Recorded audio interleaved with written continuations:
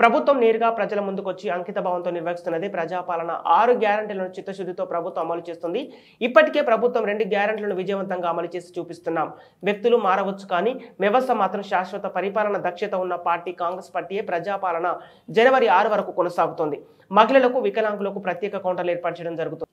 RTC బస్సులో మహిళలకు ఉచిత ప్రయాణం ప్రభుత్వం చేసిన ఒక అద్భుతమైన ఆలోచన.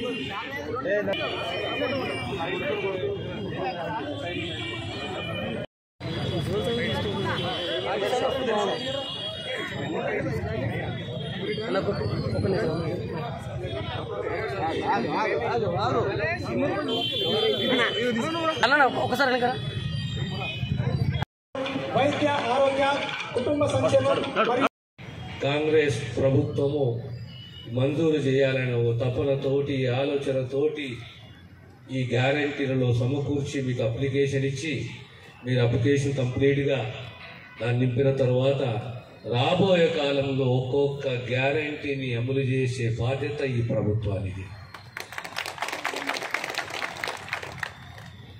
ప్రభుత్వం అనేది శాశ్వతము.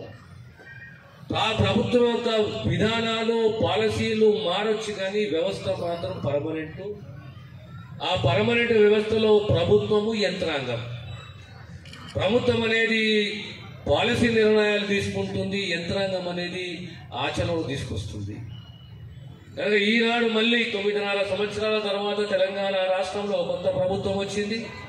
ఆ కాంగ్రెస్ ప్రభుత్వం వచ్చింది. కాంగ్రెస్ ప్రభుత్వం విధి విధానాలు మీ అందరూ తెలిసేవే. గత 60 సంవత్సరాలు 70 సంవత్సరాలలో పాలనా దక్షత ఉన్న పార్టీ కాంగ్రెస్ పార్టీ. ఈరోజు మళ్ళీ తెలంగాణ సమాజానికి తెలంగాణ అభివృద్ధికి ఏ అవసరాలు ఉన్నాయో ఆ దిశగా ఈ ప్రభుత్వం కృషి చేస్తుంది. మీ అందరి సహకారం కావాలి. ఈ యంత్రాంగం అనేది ఒక్క రోజుతోటి 7వ వార్డులో ముగించదు. ఎవరైనా ఈరోజు మిస్ అయినా అప్లికేషన్ మిస్ అయినా దీనికి సంబంధించి అధికారులు ఉంటారు. 6వ తారీఖు సాయంత్రం వరకు అధికారులు ఉంటారు. మీ అందరూ కూడా మీ దరఖాస్తులు ఈ అధికారులకు ఇవ్వచ్చు.